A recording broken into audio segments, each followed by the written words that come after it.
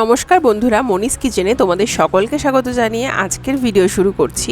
কালো জিরে বাটায় পাবদা মাছ রেসিপিটি অবশ্যই এন্ড পর্যন্ত দেখো, আশা করি তোমাদের খুব ভালো লাগবে। স্ক্রিনে সমস্ত ইনগ্রেডিয়েন্টস দিয়ে দিলাম, কি কি লাগছে আজকের রান্নায় তোমরা এখান থেকে দেখে নিতে পারো। তো চলো এবার আমরা সোজাসুজি চলে যাচ্ছি রান্নাতে। প্রথমে মাছটাকে ভালো করে কেটে ধুয়ে নিয়েছি।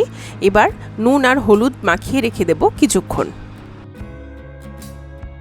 খুবই কম উপকরণে এবং সুস্বাদু আজকের এই রেসিপি, আর ঝটপট কিন্তু তৈরিও হয়ে যায়।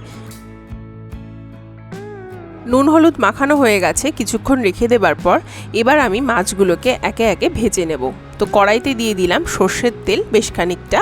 সর্ষের তেলটা ভালো করে গরম করে নিতে হবে, আর তারপরেই একে একে সমস্ত মাছগুলোকে তেলে ভেজে নেব। এবার আমি একটা লিড নিয়ে মাছগুলোকে ভেজে নিচ্ছি, তার কারণ এই মাছ তেলে দেওয়া মাত্রই কিন্তু তেলটা ছিটকাতে থাকে অথবা ফুটতে থাকে, তো গায়ে চলে আসতে পারে। ওই জন্য সাবধানতা বজায় রাখার জন্য আমি এই মাছটা সাধারণত এইভাবেই ভেজে থাকি। তো এরকম বেশ কিছু ধরনের মাছ আছে যেগুলো কিনা এরকম তেলে দিলে ফুটতে থাকে, তো সে সমস্ত মাছগুলো এইভাবেই আমি একটা ঢাকনা নিয়ে বা লিড দিয়ে ভেজে থাকি।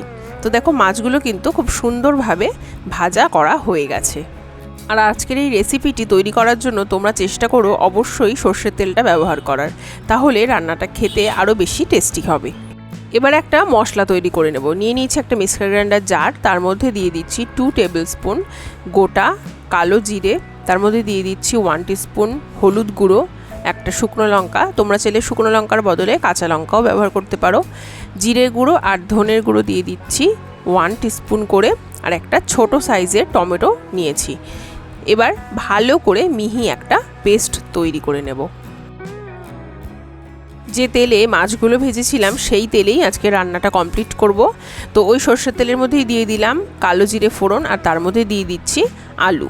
টুকরো করে কেটে নেওয়া আলুটা দিয়েছি। আলুটা অপশনাল, তোমরা আলু রান্নায় ইউজ না করতে পারো, তো আমার ভালো লাগে ওই জন্য দিয়েছি। এবার আলুটাকে হলুদ আর নুন দিয়ে ভালো করে লালচে করে ভেজে নিতে হবে।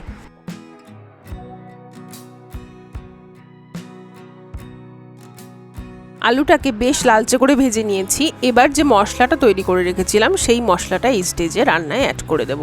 দেখতেই পাচ্ছ মশলাটা খুব সুন্দর মিহি করে পেস্ট করেছি। তো মশলাটা দিয়ে দিচ্ছি রান্নায়, আর এরই সাথে দিয়ে দেব মিক্সার বাটিটা ধুয়ে আর সামান্য একটুখানি জল। মশলাটার জল আমি এই স্টেজে এই জন্য ব্যবহার করছি, না হলে মশলাটা পুড়ে যেতে পারে। তো ওই জন্য জলটা সাথে ভালো করে মিক্সিং করে একদম ড্রাই হওয়া পর্যন্ত কষিয়ে নেব। একদম শুকনো হওয়া পর্যন্ত মশলাটাকে তেল ছেড়ে আসা পর্যন্ত কষিয়ে নিতে হবে। দেখতেই পাচ্ছ সুন্দর তেল কিন্তু বেরিয়ে এসছে, মানে মশলা কিন্তু মোটামুটি কষা কমপ্লিট বলতে গেলে।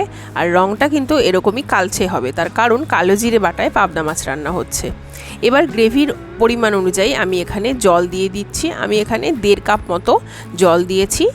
তোমরা যদি একদমই ড্রাই খেতে চাও এই রান্নাটা, তাহলে তোমরা খুবই অল্প জল ইউজ করো, 1 কাপ বা তার থেকে একটু কম জল ইউজ করলে কিন্তু গ্রেভিটা কম হবে বা শুকনো হবে।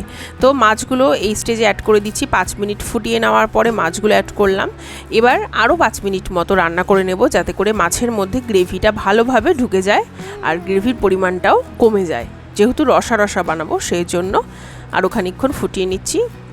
তো দেখতেই পাচ্ছ বেশ গ্রেভি কিন্তু কমে এসছে এবং মাছ কিন্তু আমাদের রান্না হয়েও গেছে বলতে গেলে। তো এইভাবেই কালো জিরে বাটায় পাবদা মাছ বানিয়ে খেও। আর এই সেম প্রসেসে আমি ট্যাংরা মাছ রান্না করেছিলাম, সেটার লিঙ্কটা আমি ডেসক্রিপশন বক্সে দিয়ে দেব, তো সেখান থেকে তোমরা চাইলে দেখে নিতে পারো। আর অবশ্যই কিন্তু বাড়িতে বানিয়ে খেও। ভালো লাগলে লাইক অ্যান্ড সাবস্ক্রাইব করে পাশে থেকো। সবাই খুব ভালো থেকো, সুস্থ থেকো। আজকের মতো এখানেই শেষ করছি। টাটা।